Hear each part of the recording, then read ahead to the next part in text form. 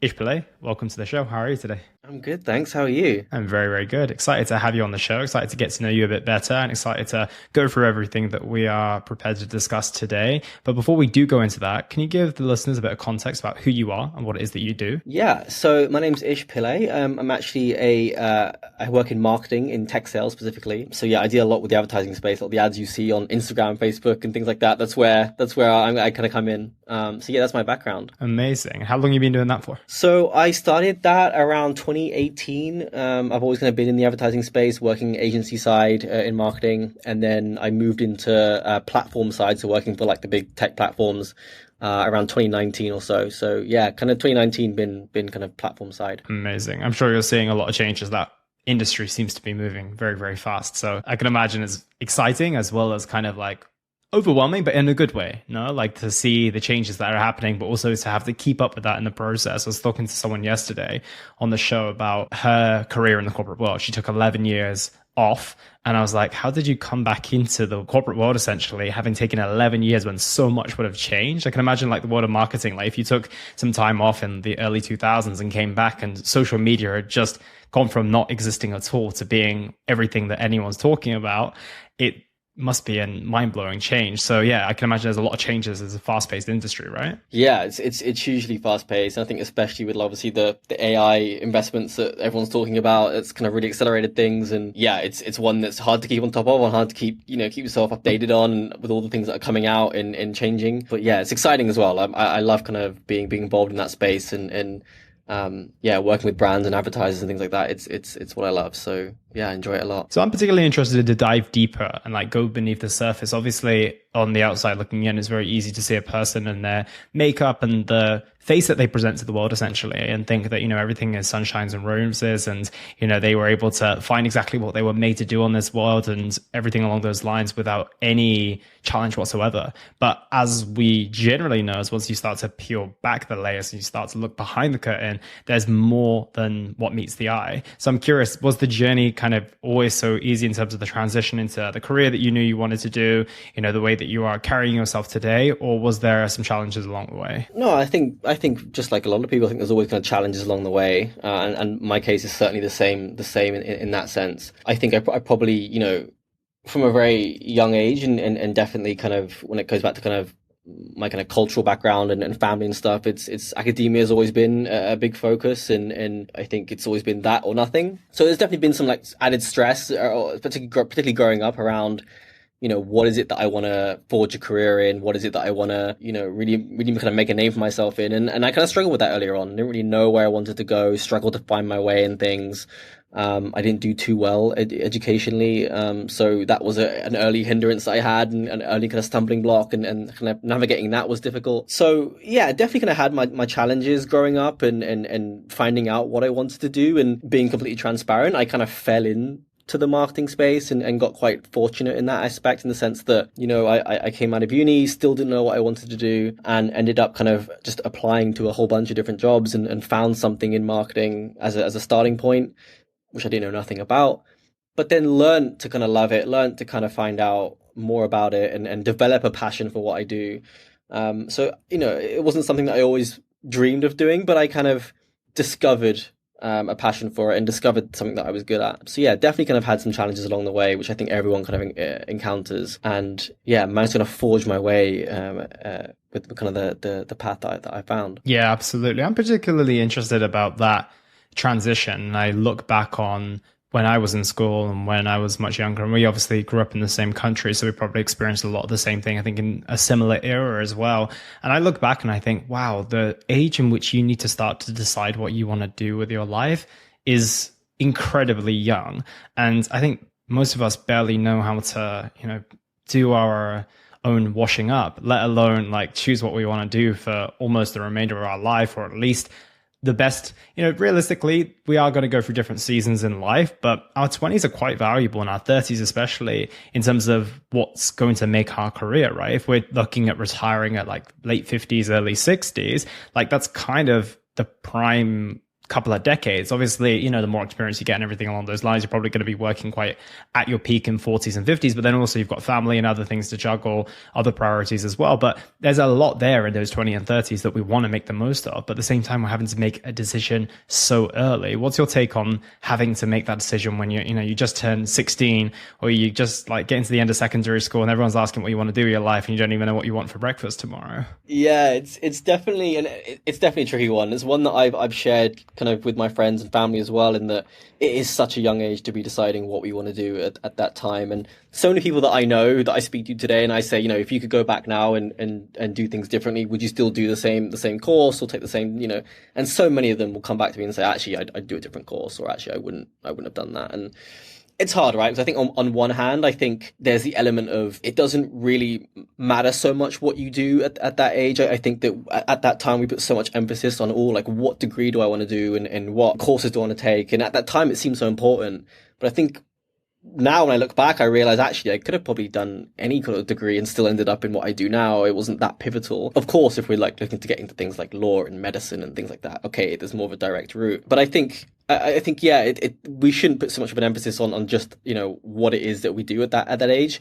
But also, I think yes, it is such an early time to pick what you want to study and what you want to forge a career in. And like I said, I'm in the same boat. If I could go back and do a different degree, I'm sure I'd pick something else that's a bit more kind of creative and a bit more kind of up my street. But yeah, it's crazy to think that at 16 we're kind of picking things like A levels and thinking about degrees and things like that, when, as you say, we're still figuring ourselves out and finding out who we are as people and who we want to be. And there's so much kind of going on at that age. It just makes it such a difficult time. Do you think that there's a better course that we can take there in terms of, obviously, like I said, we're working ourselves out, but we're also trying to figure out what we want to do for a career. But at the same time, it's actually not that important if we're not looking to go into, like I said, medicine or law or anything that requires a degree that we need to achieve in order to enter that career path. But do you think there's a better way of doing things? From my perspective, if I was giving advice to myself at that age now, I'd probably say, like, think less about the idea of, what's going to yield the best in terms of salary and career prospects and things like that. And focus more on what you enjoy. Like, what do you enjoy doing right now? And it doesn't matter about the bells and whistles around it in terms of, well, actually, I enjoy doing this, but, I don't know career wise if there's anything in it for me in the long run. Like, take that away for the time being. And I'd almost be like, what's giving you joy right now? What are you passionate about? What are you really kind of seeing yourself enjoy spending most of your time in? And use that as your starting point. I think that's something that I didn't really do when I was going through that phase, is that I didn't what I ended up picking wasn't something that I enjoyed. It was something that I just in my head thought, well, this sounds sensible, and this is something that can lead to healthy career opportunities. So, and I'm fairly good at it too. So I'm gonna stick down that route. So I think, yeah, from my perspective, if I went back in time and spoke to myself, I'd definitely say, look, what is it that you enjoy? What are you passionate about? And let's start from there. That's kind of what I would say to my younger self for sure. And I'm, I've got two younger brothers, and my youngest brother actually is doing that. Out of the three of us, he's the one that's actually kind of more geared into the, well, I like doing this creative thing, so I'm going to stick with it, and I love seeing him do that, because I think that's such a change to what I did and what my brother did. Do you think there's an element of it that's generational? Obviously, we will be the next set of parents, the people who are in and around our age at this moment in time, and that's hopefully the advice that we're going to give to our children, so they're not going to feel that same level of pressure. Another thing that came to my mind, and you mentioned this as well, is that if you waste the years between 17, 18 through to 22, 23, I don't actually think it makes that big of a deal in terms of your life path, as long as you eventually figure out what you want to do and you've got maybe supportive parents who are going to not kick you out the time that you turn at age of 18. As long as you've got that, you can kind of afford to waste those 5-6 years. I certainly didn't. Like, I'm fortunate enough to have found my career quite early, but I think back, it's like, would it have really made a big difference? Would I be in a completely different position to where I am today, same as you? Probably not, to be honest. So do you think it's more of a generational thing? Because obviously you mentioned he's your youngest. And obviously when we were growing up, YouTube didn't exist. And a lot of the top thing that kids want to be these days is YouTubers, right? And it's like, well, we couldn't even have the choice to have that because it didn't exist. And we're coming off the back of the boomer generation who, worked in corporate jobs, did 9 to 5s. It was very much that way. And now this is kind of the age of the entrepreneur, the social media age and everything along those lines. So do you think a part of it is down to the generational switch? Yeah, I think definitely that's a big part of it. I think specifically with the younger generations now, they're seeing so much from kind of, as you say, YouTubers, influencers, people who have kind of made success from the social media space in general. And I think they're kind of seeing that and being like, well, if that person can do it, then I can do it. And there's so many people that are kind of coming through that conveyor belt almost on what seems like a weekly or yearly basis. It does inspire them, and I think it makes them kind of dream big in terms of, well, I want to do something creative like that, or how can I take elements from that and do something slightly different, but that's still in that same realm. Yeah, that's definitely kind of inspired that generation, I think, a bit more. And I think particularly where maybe they might kind of, especially with my youngest brother, where they might look up to their older siblings and kind of see the path they're taking, go, well, actually, I want to do things differently, or actually, that's not quite for me. And so, yeah, I definitely think it's a generational thing for sure. Yeah, absolutely. And right now I'm seeing a lot about a conflict between living it up in your 20s, which is kind of being the kind of general narrative. I would say that most people like, just live up your 20s, you only live once, although that type of narrative. But there seems to be another dynamic and narrative coming in, which is like work up your 20s. So there's living up your 20s and there's working up your 20s. People who are maybe sacrificing the quote unquote joy and fun and the YOLO nature of their 20s for a little bit more stability in their 30s. Maybe they're going to allow themselves to be financially free. They're then going to be able to do the travel and everything along those lines. And then there's other people who are obviously going down that path of uni, not really paying attention, just kind of partying and kind of just figuring things out and just living life at the moment and working things out a little bit later when they feel that they kind of have to. Do you find that any path looking towards maybe your younger siblings in general, because obviously we're probably, I imagine you're deep into your 20s now. Do you have any advice based on kind of traveling through that time period for those who are going through that moment now? Yeah, I'd say I've had varying different thoughts on this as I've kind of progressed through the years, and I think I'm at a stage now where I think it really depends on the person. I think there are some people that will find a lot of, maybe not joy is the right word, but will find some kind of comfort in the fact of like working through their 20s with the idea that they're going to build that kind of solid time in their 30s and 40s and kind of really kind of planned and orchestrate how that's going to plan out. And I think for some people that works, and I think for some people that's completely fine. I do think on the flip side though, again, looking at how would I have done things differently growing up, I definitely look back and go, God, like I wish I was a bit more kind of relaxed and chill growing up. I wish I didn't take things so seriously. I wish I kind of realized that my GCSEs weren't the end of the world if I didn't get, the certain grades that I got. I wish I kind of made more of that younger time, right? And especially because now I definitely find myself looking back at that time and feeling almost a sense of nostalgia for something that never really happened, if that makes sense. Like I feel nostalgic for a time that existed for me for sure, but that I didn't make the most of or didn't feel like I fully embrace. So it goes both ways because yes, if I could go back and relive those years, I definitely would be a lot more relaxed and a bit more, I think I'd spend a lot more time working on myself and kind of from a social point of view and things like that, rather than kind of the academic route. But again, it goes both ways, right? Because I think equally, I think if you stray too far that way, then yes, when it comes to your time where you are in your mid to late 20s, and you kind of are kind of struggling or whatever, you haven't really got things planned out, that can be a negative as well. So I'd say it depends on the person. I think there are definitely people in this world that will find a lot of comfort from that stability early on, in definitely like having that routine, having that kind of career and having it that 9 to 5 and building yourself up. But equally, there are others who are going to be a bit more focus the other way and will find a lot more joy and a lot more growth from leaning the other way for sure. So yeah, I think it definitely depends on the person, and there's almost a balancing act that needs to be done between the two. Yeah, I was about to say, do you think there's an argument for doing both? I'm not saying an equal split from 20 to 25, you live it up, then 25 to 30, you then start to. I mean, it's not a bad idea, to be completely honest, but I'm wondering if there's an argument to say that you can do a little bit of both. Maybe as long as you don't if you're not too far extreme and either direction. I think that maybe you can achieve both, right? Like if you're too far extreme on, being a party boy or party girl, that you can't kind of get focused enough. You're out on a Wednesday night and then a Friday night and then a Saturday night. So you can't really get yourself together to actually do anything productive. Or on the other side, you go so deep into yourself and your own work that you have no social circles to actually enjoy your life with, then obviously it's going to be some challenges. But do you think there's an argument to say that there's a little bit of both that can be done as long as they're kind of fully embraced in the moment? Like saying, okay, when I'm on point, I'm on point, but when I'm off, I'm kind of super flexible and here, there, and everywhere, but it's within parameters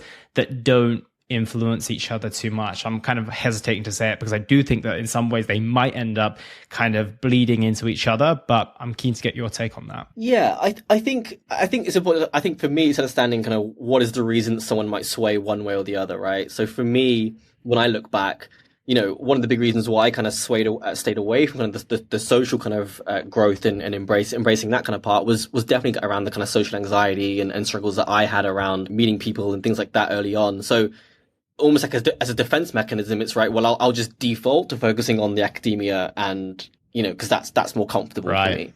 Yeah. Right. So I think actually if I'd have pushed myself and challenged myself to what, maybe you should go to this party. Maybe you should go and meet up with people like on this weekend for this thing or whatever. Even though it feels uncomfortable and it feels strange and feels alien, it's actually a form of growth, right? Yes, it's not academic growth, but it's definitely kind of a growth in the social aspect, which I think is equally as important. And I think that's kind of the thing that I would say is kind of what is the reason why someone might stray? Is someone straying all towards academia because they're kind of fearful of the social part, and equally is someone straying towards the social part because they're fearful of the academia and fearful of the grades and things like that. So I think that's something that I would want to get a better understanding of. Yeah, absolutely. And I like that perspective as well. And the reason being is that I think that many times we do a lot of things and we actually don't know the reason for doing them until we dig deeper. So the real reason why someone might be living life out like a party boy or party girl is actually they are fearing choosing a career path that they are not sure is going to be the right one for them,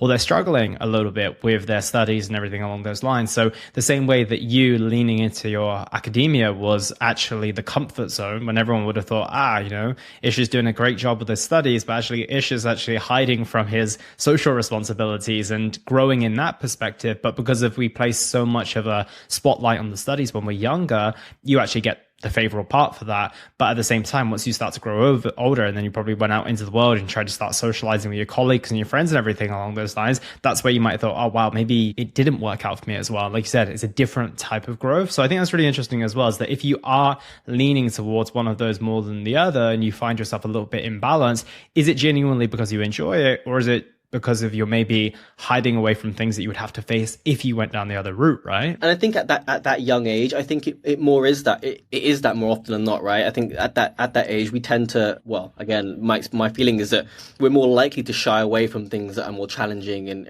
obviously as we get older, we start to confront those a bit more and push the boat out and do the things that we might be fearful of. But I think at that younger age, it's easier to kind of stick to what we know. So yeah, again, on the front of it, it might seem like, oh, this person's really kind of involved in their academia and doing well on the face of it, but actually, are they growing in the other areas that they need to? And that might not always be apparent on the surface level. Yeah, no, I like that. And it's interesting because when you think about it as well, I think about this, again, I was speaking to the woman yesterday about motherhood, and I was thinking, well, your biological clock is only going for so long, so really you can't push that too far down the road. Whereas when it comes to a career, maybe you can push that a little bit further. And that might seem the same kind of with your social life and living life. Like you can only do things for so long when you're like 18 and 20 years old, where people are like, he's just a kid or she's just a kid. Like they need to do these things. But if you start doing those when you're 35 and 40, people start looking at you funny and like, well, when is he going to get his life together? But maybe they won't do that so much when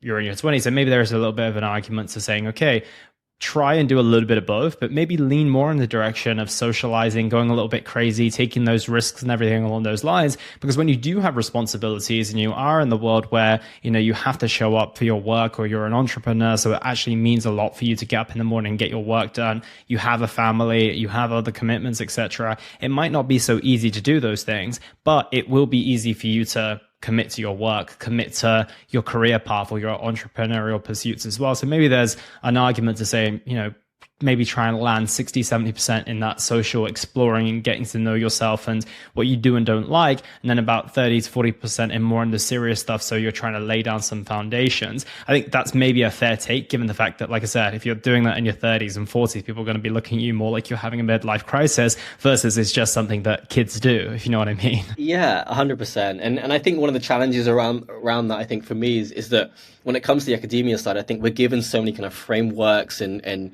things that we know where we can track how we're progressing and how we're moving forward in things. When it comes to developing your kind of the social aspect, you don't really have that growth framework, or you're not really tracking. The growth happens and it happens over a period of time, and you don't necessarily feel it or see it while it's happening. And so it's hard to kind of really pin down and kind of look at it on a piece of paper and be like, like this is how I'm growing in this part of life. And it's difficult to really map out. And so I think that makes it harder to write down in that, if that makes sense. It makes it hard to give yourself the permission to do so, because you're like, well, I went out to 3 parties this week, but that doesn't add points to my social score because no one's tracking it.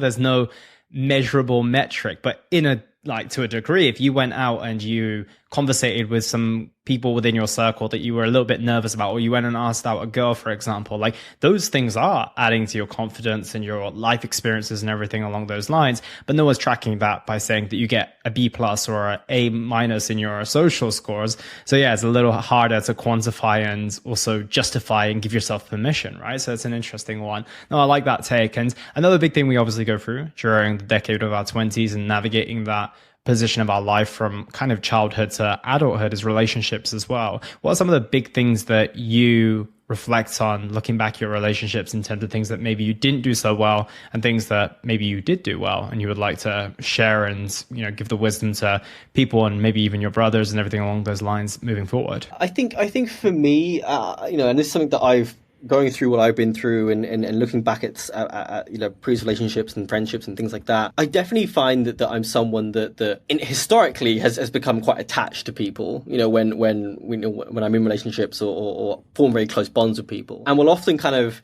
sacrifice my own time and my own kind of not well-being as such, but my own kind of space for that other person. It's definitely a learning that I've taken looking back and being like, right, that's something that I've got to be more mindful of moving forwards and actually kind of make sure that when I'm with someone or when I'm really close to someone, that I have that space for both of us, right? I have my space and I have my kind of stuff that my world still exists with or without that person, rather than kind of forming this single entity with the other person, if that makes sense.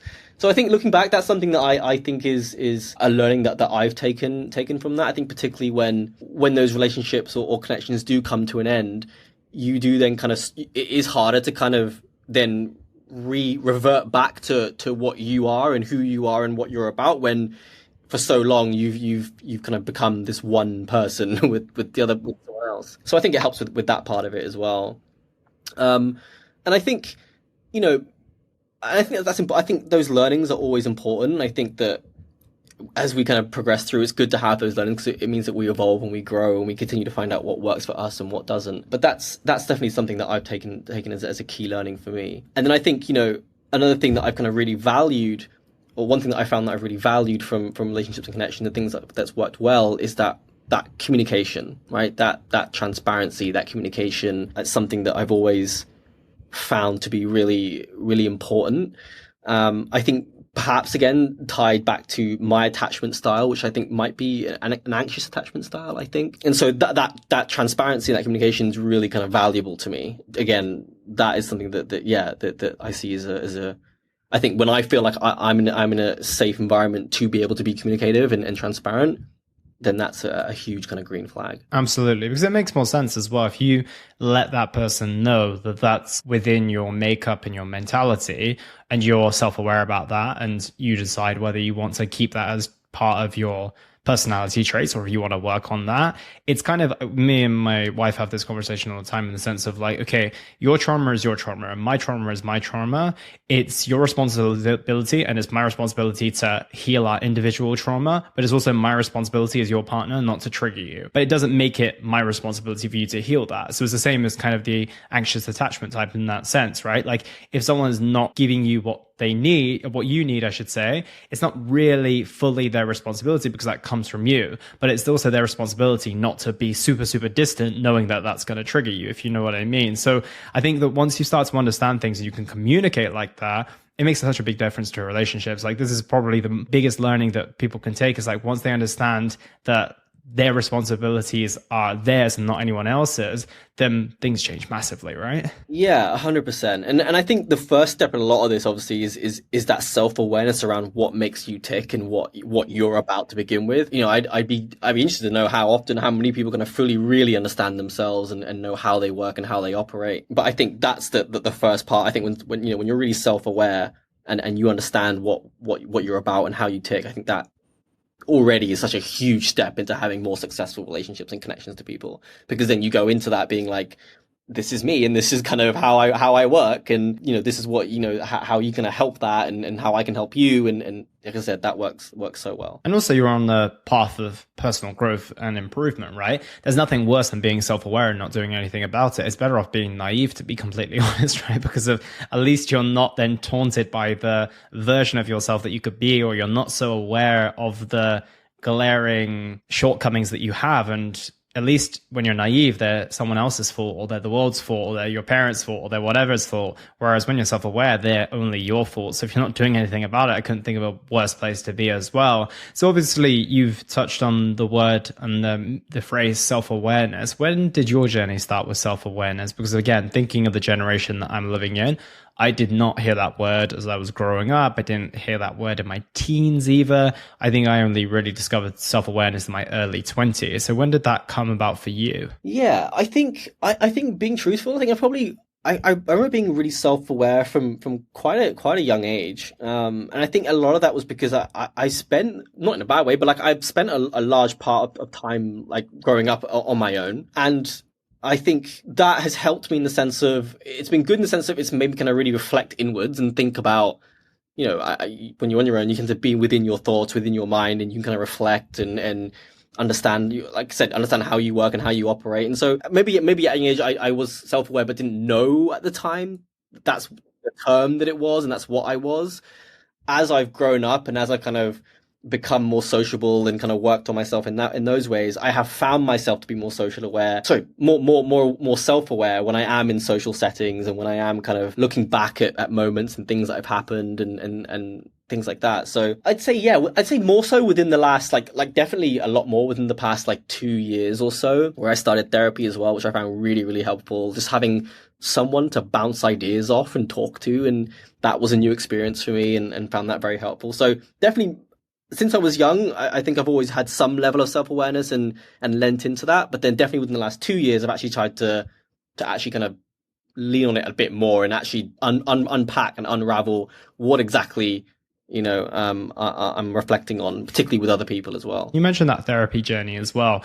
And funnily enough, in 2024, it seems to be quite a common conversation to have. I still think there's a long way to go, obviously. But again, growing up in school, if you were going, I didn't think I heard of the word therapy, to be honest. I think it was more psychology in those days. And obviously, if someone was seeing a psychologist, they were a little bit crazy and all those type of things, right? That was the general narrative. So how has it been for you to go through that journey, start to see a therapist yourself? Did you have kind of ideas in your head of what that meant you were as a person? Maybe your parents said things, maybe previous generations had mentioned something about people who went to see therapists, etc. Yeah, there was definitely, I think there's definitely, when I started it, there was like the fear of labeling myself as someone who goes to therapy, right? Like the fear of like, oh, like if I start this, I'm now someone who does that. And that means there's something wrong with me that I'm trying to fix. And so definitely was that early kind of like fear, if you like. And it definitely in my first kind of couple of sessions, I found it hard to kind of open up and really kind of get into the depths of what was really troubling and what I found difficult. But the more and more that I've done it and the more progress that I've made, I've found it really useful, I think, to just have a different perspective, right? I think when we talk about self-awareness and we talk about being within our thoughts and kind of, I think the one downside of that is I think you spin the same narrative or you look at things in the same way because it's your mind, right? It's you have your own way of looking at things. You have your own way of analyzing, deconstructing and critiquing things that you've done or things that you don't do or moments, whatever, but you're looking at it in the same way. And it's only when someone else comes along and goes, well, have you thought about it like this? And have you thought about and it's all of a sudden it's like, oh, like I hadn't looked at it that way, or I don't, oh, that's really different. And all of a sudden that then starts to give you so much more depth to kind of what you're thinking about. And so that's what I found really useful, just being able to kind of bounce off someone and have like a different narrative, a different perspective, a different way of looking at things from someone who obviously as a therapist isn't close to me in that way, so can give kind of a real kind of neutral perspective on things. That's what I found really, really useful. And particularly when I said, obviously growing up, I've spent such a long time looking at the puzzle that is me from one angle and one angle only. Then someone else comes along and is like, actually, if you turn it this way, you can see it from this perspective. And it's like, oh, I didn't think about that. And that's what I found really, really useful. Yeah, it's a fascinating journey. And especially when you have someone who's so neutral to your life come in and look at it, and also with no hidden agenda either. Obviously, their goal is to just help you work things out. I wouldn't even say a therapist's goal is to like make you better or anything along those lines. It's really just to help you see things through a different lens that's a touch away from your actual real life, and just allow you to open up new opportunities and possibilities for yourself. What else have you been able to take away from therapy? Have you found it to be insightful from a perspective of like previous things that you did or choices that you made, etc. as well? Yeah, I think I found it insightful from a point of view in terms of understanding the reasons why I work the way that I work now at this age, in terms of the way that my mind works, and tying that back to the way that I've been brought up, the relationships with family members, and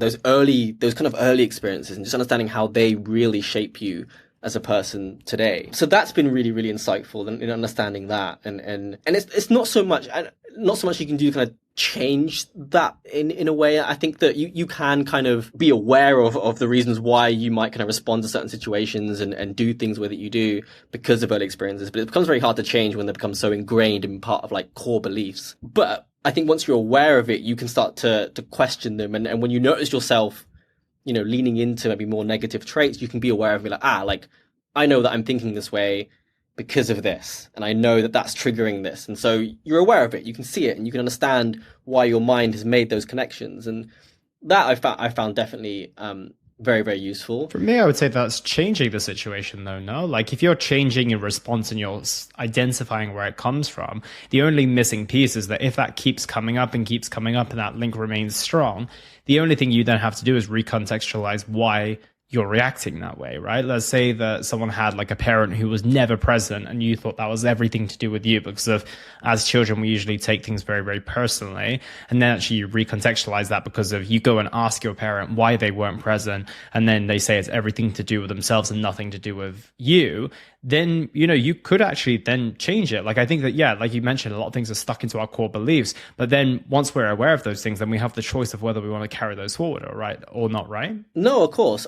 And like I say, I'm very much aware of now. I've done been through the journey. I'm kind of aware of what my core beliefs are. And yes, you can definitely make strides forward to changing them. It's at least for me, definitely challenging in the sense of, this is like years. It's definitely some work, yeah. Yeah, it's ingrained in you. And so then trying to change that or think differently definitely is a conscious effort and takes time. But yeah, I think you can slowly kind of make those strides forward and change things. But yeah, definitely is a challenge. And then I think the other thing that I found really beneficial is just having someone to talk to and open up to. So I'm definitely someone who growing up where I've just bottled things up and kind of dealt with things on my own and not really kind of, revealed things to friends or family, things like that. And so on some level, just being able to open up to someone who completely random, who I know that if I wanted to, I could kind of end the sessions and not like talk to them ever again. And so there's almost some freedom in that of being able to, well, if I'm not going to see them again, I can tell them everything. And I can just open up and spill the beans and they won't know. So that I found really valuable. I think that's helped me kind of start to then open up in my personal life as well. So being able to do it in therapy, it's like, okay, well, done it there. Let me try and start to unravel a little bit to this person or that person and drip feed a little bit. And then I can build from there and start to really open up. Yeah, I think everyone needs that type of person in their life. And it's amazing if that person is free and is a friend and who is really trustworthy and doesn't reveal your secrets to the rest of the world. But if not, there is nothing wrong with going to find someone who you can have that conversation with. I think it's worth its weight in gold, and especially if you're someone like myself and yourself who were used to bottling everything up and just keeping things to ourselves, then that can be so liberating. You can't imagine how much it's like shaking the world's largest Coca-Cola bottle and then opening it. It's like psst, like everywhere, right? Because Yeah. it's just being shook every single day for your entire life. And if you kind of let out the gas here and there because you had different people to talk to, might not be such an explosion. But for those who bottle things up, and I can definitely resonate with that, it's such a big psh, but then thereafter it's like, it's just like a little bit of a it's not with so much pressure. And I think that's why, to use the analogy quite figuratively, why a lot of people blow up, because they don't have that pressure release ever. And I think that that's why it's so valuable to find someone to be able to do that for. But again, like if you look at it and you look at our generation as well, it's not traditionally a masculine thing to do. And I think masculinity in this day and age is another real difficult thing to navigate, because there's the traditional masculinity, which is now seen as quite toxic, and then there's this kind of like more like today's masculinity, which is a little bit soft, it's a little bit feminine, to be completely honest. So it's like, where do you go with it in terms of like, okay, I've got all this testosterone built up in me, I've got all this masculine energy, but if I start to lay it out into the world, then I'm labeled toxic and I'm labeled, emotionless and stoic and all these other things, which people say as a disadvantage. But then if I'm kind of like a little bit more in my feelings and everything along those lines, I either get made fun of, or I'm told that I'm too soft, or I don't achieve the things I want in my life. So have you found a little bit of a tussle between those two sides of the coin when it comes to masculinity? Yeah, I definitely think there is a kind of a balancing act to kind of make here, and I think one thing that I can speak to on this is, when I think about, and this is just from my experiences, by the way, so I don't know, I'm sure in the real world there are people who kind of have very different perceptions on this and have very different experiences, but based on what I've been through in my journey, when it comes to kind of, and I'll speak basis on kind of when it comes to, relationship trauma and things like that, but when it comes to kind of a breakdown of a relationship or a friendship or whatever it might be, I've seen that I kind of see this as like two parts to healing from that. Like one is like the social healing. This is like the making new connections, making new memories, the holidays, the outward healing that happens, right? Then there's also the inward healing, which is like okay, when you come back from the holiday and you've got work on Monday and you're on your own, like the healing that happens then. The healing that happens when you're at the gym or like you're in a routine, there's that part of the healing. I find that like, in my experience, I think men tend to be really, or tend to lean more towards like the inward healing part, like the part that happens. Like I think they tend to withdraw within themselves. Like I definitely did that. Like I spent a lot of time on my own. I was very much kind of just built a routine, get the basics down. Let me just get my gym routine going. Let me kind of eat right and kind of really keep things simple. And like that's the part that I feel like men find comes to them more naturally. Yeah, that part. that's fair. I find that women lean more towards the social healing, which is like the outward healing.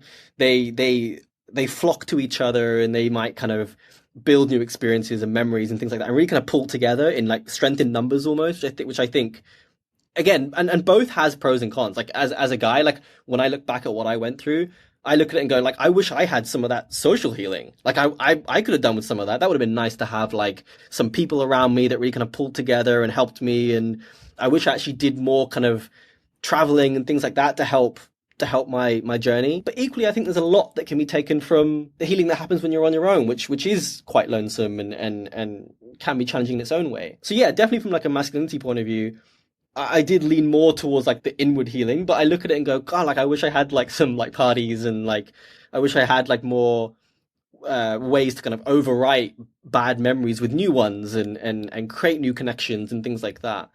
So I definitely think there's a balancing act there, and again, it is that kind of trade-off, but not trade-off, but almost like that balance between what we consider to be really kind of the masculine traits, and then also kind of leaning in towards that softer side of us that I think also needs space and needs time. Yeah, absolutely. Yeah, it's funny you mentioned that. I recently observed a couple that I knew on Instagram. Like I knew them both in person as well, and it's funny that when they broke up, it was so obvious to you that the girl or the woman in that situation was single, but within the man, if you check his social media profile, you couldn't tell the difference between them, right? And that's because the girl's out there, she's going on holiday, she's taking selfies, she's living her quote unquote best life, right? And that's what you say in terms of the social outward healing, whereas the man's probably just there like back at work, back at the gym. Like life doesn't look any different apart from he's not taking pictures with his partner anymore. So it's interesting that you say that because it's very lived out. And if you see that, like it's immediate. It's very easy to tell when a woman is single when she's been in a relationship for a long time. But you might not actually observe that in a man, whether you know them on social media or if you know them in real life. So it's interesting in the way that you say that. But I think that, like you said, time is needed for both because that's when the full healing is done. Otherwise, you end up getting into a position where, yeah, you might be like getting back to work, putting your head down and working on yourself. But then there's also that other part of you that hasn't maybe put yourself into social scenarios yet, or you haven't really processed things. Right? If you decide not to go on a date for another year, and then your first date reminds you of your ex or whatever that might be, you're like, oh, wait a minute, I didn't actually give myself the opportunity to do that. But because the girl's out and about and she's meeting men and everything along those lines, she's already dealt with that because she's like being able to, and it's also more visceral as well, like going out and doing stuff and taking you into different environments kind of gives you a lot more back than kind of going into it. Both is needed again, but at the same time I think that it can be a lot more of an easier process when you do all those things. It's very distracting, it's very new, it's very like you don't miss the old because you're embracing the new so much in that sense as well. So that's really interesting. And coming back to the modern version of masculinity that we know today, what are some of the things that you live by which you think are really important in terms of masculinity in 2024? I think the one that's really important for me, I think, is being the best version of yourself and like really making like in a healthy way, kind of really making sure that you're investing in you and constantly trying to be better. And whether that's, your mental health, your physical health, your career, your social aspect, like really investing in that part and improving day on day. So I think that's something that I attribute to masculinity, is that strive to be better and to be the best version of you and kind of, even with me when it comes to like when I'm on the weekends or whatever, I'll constantly be thinking about like, obviously what's my next career jump? Where do I want to be in 5-10 years time? Like where am I now and what's next? I think for me, that's a really big part of it. So that's a huge one. And then I think another part of, for me that's really important, I think, is that self-awareness piece. So so really understanding kind of how I tick, how I operate, what are the people that I work well with, like most, like with people that I bond with most, the friends, the type of people that I want to associate with. And then also, yeah, like how am I kind of navigating myself on a week to week basis, and how am I operating? And that's another part that I find really, really important. So I think those two things for me, that's definitely what I associate with kind of the kind of really, really kind of masculine traits. But yeah, it'd be interesting to hear your thoughts on that and kind of how are there any similarities or differences? Yeah, no, I completely agree in terms of having a growth mindset is incredibly important. And then that self-awareness piece is another one. It's maybe more of a modern masculine thing than any time before because of, the traditionally masculine men in the 90s, 80s, 70s, maybe the people who are our dads and our granddads, they didn't really have much idea of their emotions, or they were told to bury them deep within them and not express them, or, boys are not supposed to cry and all this other part. So I like what you said, because of a growth mindset and focusing on being the best version of yourself, being stronger, being better, being progressive in terms of your job, your career, your body, your mind, and all these other types of things, I think they are typically very masculine. And it is a really, really strong traditional trait to carry forward. But then obviously if you tie that in with the idea of self-awareness and, this agility that you have of your emotions as well, I think that's a very, very powerful combination as well. And I like that because it feels like two sides of the spectrum. And I feel that a lot of people will lean into one more than the other and lean into the other. Like maybe the previous generation leaned in too much to the stoic growth. Let's focus on nothing but our progress and anything else. And then obviously the newer generation, the generation coming through, is a little bit more too much into their emotions to a degree. So they can't really like separate themselves from their emotions. They take a lot of decisions based on those things. And I always live by this quote that I heard some time ago, which is your emotions are directives. They're data, not directives. So yeah, it's just data for you to know about yourself. It's not a directive of like, you need to go do this. It's for you to like say, okay, well, that made me happy. Okay, that's good to know that that made me happy. That doesn't mean I need to do this every single day because I need to be happy. It means that, okay, if I want to bring a little bit of happiness into my life, then that's probably something that I can incorporate on a somewhat regular basis. So I really like that in terms of the emotions of data and not directives, and that's really helped me. Another thing I think in terms of traditional masculinity is another thing is like, okay, there's that level of like competitiveness and aggressiveness and everything along those lines. And I think that the key in terms of the modern switch of that personally is just to channel that in a certain direction.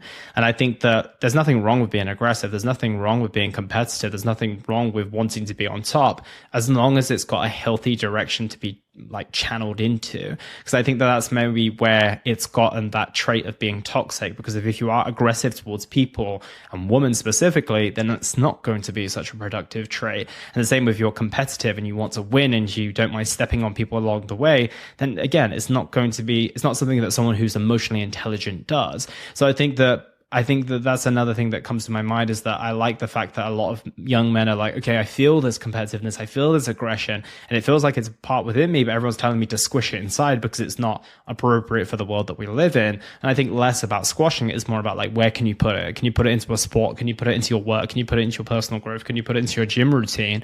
And if you can, then, you get to harness one of the best things about having that masculinity within you without it being destructive. And you start to feel congruent as well, because I think all of us have that within ourselves, but we're told to bury it and bury it and bury it, especially with the younger generation now. But if they can learn to channel it, I think they can get a lot out of it as well. So that's the only thing I would add to it, but otherwise I think you gave a really good take. Yeah, no, I think the competitiveness part is a huge part, and definitely for me, I think what I find is, for me, the big competitive part is with yourself. Like, are you better than who you were yesterday, right? Like that's the thing. And I think once you become obsessed with that, not obsessed with it, but in a healthy way, I think that's where you really start to see the progress, and you then start to see, like, day on day, week on week, like you are better and better and better. And yeah, so I echo that as well. No, absolutely. Ish, this has been a fantastic conversation. I really enjoyed it. I feel like we've done really nicely and going back and forth. I had a feeling it would be this way, so it's always great when it lives up to what I think it's going to be. Yeah, absolutely. I'm curious, what impact do you want to have on the world with the way that you live your life and the work that you do? Yeah, so I'd say for me, I think a big part, I think, well, on a small level, I think, is if you can kind of go away and leave someone kind of thinking about what you said or what you've done, and leave a lasting impact in someone's mind, like they remember you and think that the work that you've done or the things that you've said, I think that's a huge deal, right? When we interact with so many people on a day-to-day basis, on a week-to-week basis, it's easy to forget faces, forget names, I think if someone can, if you leave someone's life and they remember you or the things that you said, the things that they remember you fondly, I think that's really, really important. The way that people would, I'd like the idea that the way that people remember me is positively, and remember that like I was someone who kind of either treated them well or had a lasting impact on them, or left some kind of lasting impression on that person's life. I think that's something that for me would be a huge one. Absolutely. I love that. And where's the best place for people to find you if they want to keep up with all that you're doing? Yeah, so I'm on LinkedIn as just Ish Pillay. And then also I've got an Instagram as well, which is ishsnaps96, which I think you'll also have access to. So yeah. Perfect. We'll make sure that's all in the show notes below, but we'll look forward to keeping an eye on your journey, and we'll catch up soon, I'm sure. Awesome. Sounds good. Thanks so much for having me.